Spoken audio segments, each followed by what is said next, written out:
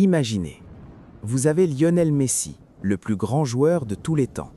Vous avez Kylian Mbappé, le joueur le plus rapide et le plus explosif de sa génération. Vous avez Neymar Junior, l'un des dribbleurs les plus talentueux que le football ait jamais produit. Vous avez Sergio Ramos, 5 fois vainqueur de la Ligue des Champions. Vous avez Gianluigi Donnarumma, meilleur gardien du monde en 2021. Et vous avez Jorginho Wijnaldum, Achraf Hakimi, Leandro Paredes, Ángel Di María. Une équipe qui vaut plus d'1 milliard d'euros sur le papier. La question n'est pas de savoir si vous allez gagner la Ligue des Champions, la question est de savoir combien de fois vous allez la gagner.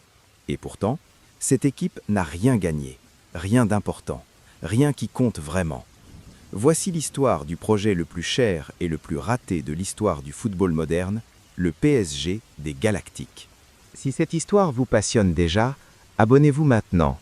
On raconte chaque semaine les histoires vraies que le football préfère oublier. Paris, été 2021. Le monde du football est en état de choc.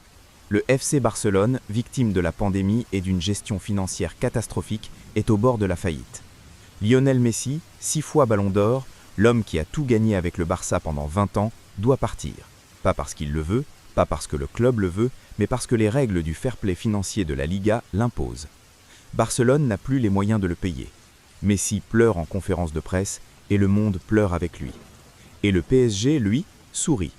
Nasser El-Khelaifi, président du club parisien, saisit l'opportunité du siècle et recrute Messi gratuitement. Juste le salaire à payer. Pour le club le plus riche du monde, grâce au pétrodollar du Qatar, c'est une formalité. Messi signe et Paris devient la capitale mondiale du football du jour au lendemain. Mais Messi n'est pas seul. Neymar est déjà là depuis 2017, recruté pour 222 millions d'euros, le transfert le plus cher de l'histoire, et Mbappé, le gamin de Bondy, la star française, est lui aussi au club depuis 2017. Le trio est formé, le MSN version parisienne, Messi, Neymar, Mbappé. La presse mondiale n'a plus de mots, les réseaux sociaux explosent, les maillots se vendent par millions et les supporters du PSG rêvent enfin de cette Ligue des Champions qui leur échappe depuis toujours. Depuis sa reprise en main par le Qatar en 2011, le PSG a tout gagné en France. 10 titres de champion, des Coupes de France à l'appel, une domination absolue sur le football français. Mais l'Europe résiste, toujours. En 2020, le PSG avait atteint la finale contre le Bayern Munich de Kingsley Coman. Et Coman, formé au PSG, avait marqué le seul but du match. La cruelle ironie du football. Alors quand Messi arrive à Paris en août 2021, la promesse est claire. Cette fois, c'est la bonne. Avec ce groupe, ces joueurs, cet argent, Paris va enfin soulever la coupe aux grandes oreilles. Dites-nous en commentaire, vous pensiez vraiment que ce PSG allait gagner la Ligue des Champions? Sauf que dès les premières semaines, quelque chose ne va pas. Messi arrive fatigué. L'été a été épuisant émotionnellement. Quitter Barcelone, sa ville depuis l'âge de 13 ans, a laissé des traces profondes.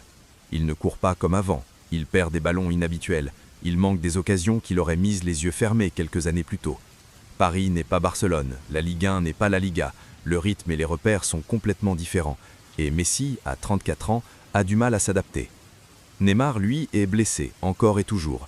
Le Brésilien passe plus de temps dans la salle de soins que sur le terrain, et les supporters parisiens commencent à perdre patience. Il l'avait accueilli comme un roi en 2017, il l'insulte désormais dans les tribunes du Parc des Princes. Et puis il y a Mbappé. Il est en forme, il marque, il court, il fait ce qu'il a toujours fait. Mais Mbappé n'est pas heureux, il veut partir. Le Real Madrid le courtise depuis des années, et le rêve de sa vie c'est Madrid, pas Paris. Et ça se sent. Sur le terrain, les trois stars ne jouent pas vraiment ensemble. Messi cherche Neymar, Neymar cherche Messi, et Mbappé court dans le dos des défenses. Mais le collectif, lui, n'existe pas. 3 géants qui jouent chacun pour soi, 3 soleils qui s'éteignent mutuellement au lieu de briller ensemble. L'entraîneur Mauricio Pochettino, un Argentin discret et respectueux, essaie de trouver des solutions. Mais comment dire à Messi comment se positionner?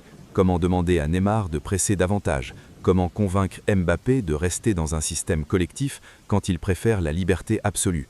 Pochettino est coincé, il a trop de stars et pas assez d'équipe. Si vous voulez voir la suite, la vidéo continue. Et si vous n'êtes pas encore abonné, c'est le moment. Chaque semaine, une nouvelle histoire vraie du football. En février 2022, c'est les 8e de finale de la Ligue des Champions. PSG contre Real Madrid. Le moment de vérité. L'ambiance est électrique. Le Parc des Princes est en feu. Le PSG commence bien. Mbappé marque et Paris mène. Mais alors, Donnarumma commet une erreur grossière. Un ballon qu'il aurait dû contrôler lui échappe et Benzema en profite. Un but, puis 2, puis 3. Benzema marque un triplé en 17 minutes. Le PSG s'effondre. Messi rate un penalty, Neymar n'est pas là, blessé encore, et Mbappé, seul contre le monde, et c'est tout en vain. Le PSG est éliminé et Madrid passe. Dans les couloirs du Bernabéu, quelque chose se termine. Pas juste une saison, mais tout un projet. Le PSG des Galactiques est mort ce soir-là, à Madrid. Mais pourquoi? Comment une équipe aussi talentueuse a-t-elle pu échouer aussi spectaculairement? La première réponse est simple. On n'achète pas une équipe, on la construit. Le Real Madrid des années 2000 avait fait la même erreur avec ses propres Galactiques. Zidane, Ronaldo, Beckham, Figo, Raoul, trop de stars et pas assez de collectif. Le PSG n'a pas retenu la leçon. La deuxième réponse est plus profonde. Messi n'était plus Messi. À 34 ans, après avoir tout donné à Barcelone, il était diminué physiquement et mentalement. Un joueur comme Messi a besoin d'un système construit autour de lui, de coéquipiers qui comprennent ses mouvements, de repères stables. Et à Paris, il n'avait rien de tout ça. La troisième réponse concerne Neymar. Recruté pour révolutionner le club, il est devenu le symbole d'un projet sans âme. Ses blessures à répétition et ses absences lors des grands matchs ont transformé le joueur le plus cher de l'histoire en boulet sportif aux yeux des supporters. Et la quatrième réponse, la plus importante, concerne la structure même du club. Le PSG n'a jamais su construire une identité de jeu claire. Chaque année, un nouvel entraîneur, chaque année de nouveaux joueurs, chaque année recommencer à zéro, sans philosophie, sans continuité, sans âme collective. L'été 2022 arrive. Pochettino est licencié, Messi part à l'Inter Miami, Neymar est poussé vers la sortie, direction l'Arabie Saoudite, et Mbappé prolonge son contrat à Paris dans des conditions qui font scandale. Un salaire monstrueux, une prime à la signature record et des pouvoirs sportifs inhabituels pour un joueur. Le projet galactique est officiellement enterré. Mais il laisse des questions qui hanteront le football pour des années. Peut-on vraiment acheter la gloire européenne? Peut-on construire une équipe en additionnant des génies individuels? Est-ce que l'argent suffit quand le football, au fond, reste un sport collectif? Le Monaco de 2017 avait répondu à ces questions avec un budget 100 fois inférieur. Une équipe construite sur un système, sur une confiance mutuelle, sur un entraîneur qui connaissait ses joueurs. Et elle avait failli soulever la Ligue des Champions. Le PSG des Galactiques, lui, avec tout l'argent du monde, n'a même pas atteint les demi-finales. Voilà peut-être la leçon la plus importante de cette histoire. Le football est un sport d'équipe, pas une collection de tableaux de maîtres. Et parfois, les équipes les plus pauvres enseignent aux plus riches ce que le football signifie vraiment. Le PSG court toujours après sa Ligue des Champions. Les Galactiques, eux, sont partis, chacun de leur côté, vers d'autres clubs, d'autres pays, d'autres rêves. Et Paris attend encore, comme il a toujours attendu. Si cette histoire vous a plu, laissez un commentaire avec le nom du prochain joueur ou club dont vous voulez connaître la vraie histoire. On lit tout et on construit les prochaines vidéos avec vous. Abonnez-vous pour ne rien manquer.